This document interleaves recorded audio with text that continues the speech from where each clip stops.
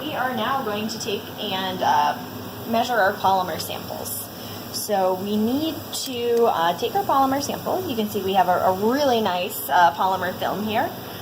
This is kind of an ideal situation, but for this polymer film, we'll want to get length, width, and thickness.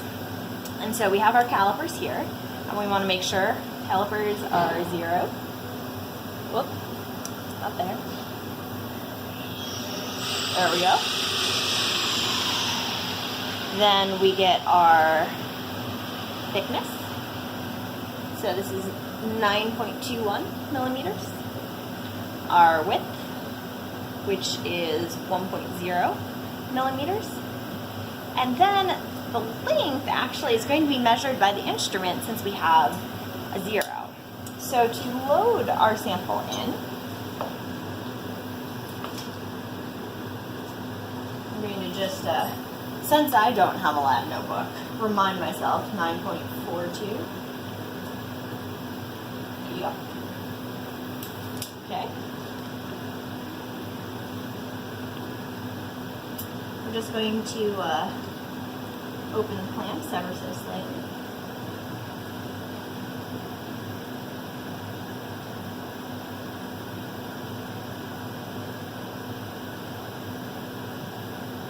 And slide our sample on in there.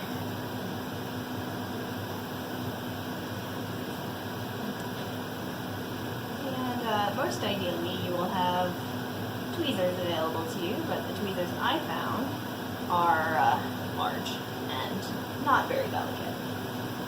So, what you want is to make sure that your sample is completely perpendicular to the clamps. And we're going to tighten the geometry nice and tight. We have a little bit of extra length to play with there, so I'm going to move this up a little bit. That's about perfect. And tighten this down.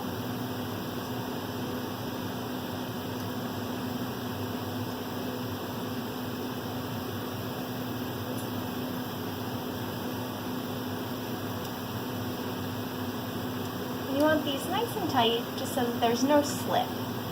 We had talked about in the lecture on creep how these geometries can slip a little bit and skew your measurements. So you really want to make sure that your material in there is very secure. And this is loaded nicely. You can see it is straight up and down, perpendicular to the geometry this way, and so I'm happy with that. Now, setting this up on the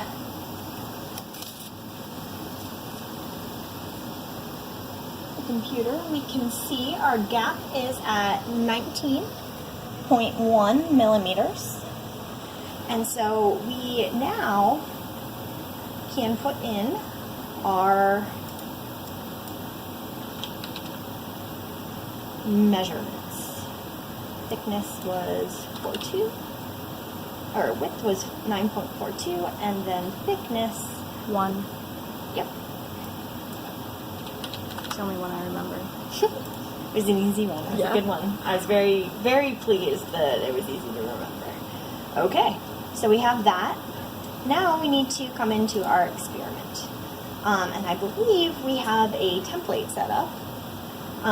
So all you need to do is, well, first make sure that your geometry is correct. And I'm not sure, do you know why it's not reading this geometry?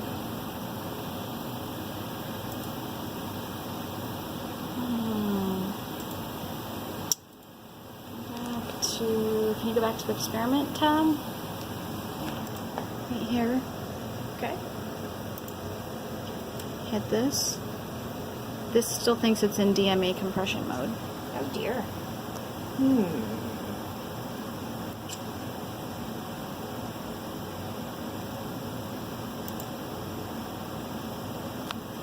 Now select this. There we go. Then go to the film fixture right there. Got it. I'm going to say no since we already have our thing set up. Okay, just a note, I have one glove off, no gloves on the computer. In here, you want to put in all of your information. So, you know, 09, 760,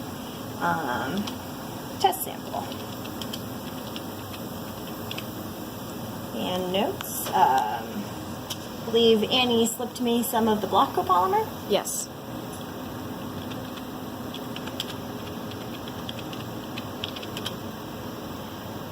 And then for file name, we want to go into our file path, and we have somewhere in here. There we go. Still an old course number for last year's course. So we'll make a new folder within it that has this year's course.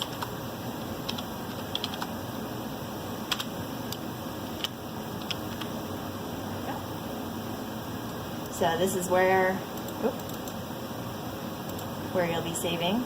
And then here, very nicely, it'll save your sample name, so this name up here, and your run number if you have multiple runs. Now, film fixture. This is where it imported those measurements that we measured and put in over in the geometry tab. So these are our sample measurements. And then for our procedure, we want to go find our template. So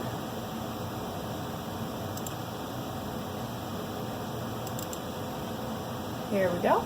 I believe this is the procedure you're looking for. So we're going to be running 3 tests here. First, we'll be running a frequency sweep. So at room temperature, we're going to apply an oscillating force with a strain of 0.1%. That's a set strain that we know where it's in the elastic region. We're going to measure it over 3 decades of strain, or of strain rate. Then we're going to cool the sample, and we're going to look at a temperature sweep. So again, using 0.1% strain and 1 hertz now, we will ramp the temperature from negative 45 degrees to above the glass transition temperature as measured by DSC. But you do want to make sure that you're not going anywhere close to the decomposition temperature. You must be 50 degrees less than your decomposition temperature. So this should be a good run for all of these samples. You don't need to make it excessively hot. We're just trying to look at the glass transition today. Okay, so the third test that we're going to do is a pull-to-break test. So typically this is done on an inchtron. However, with really small samples, it can be convenient to use a DMA or a rheometer just because clamps are more delicate, and so for more delicate samples, you don't need the giant force cell and the giant clamps.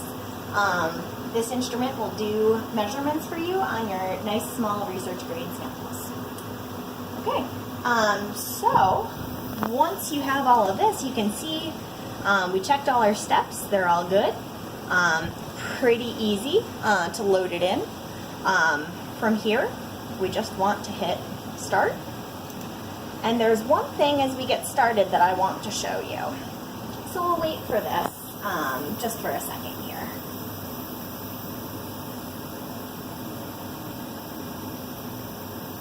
Okay. And as it's getting started, we're going to look over here on the point display, I believe.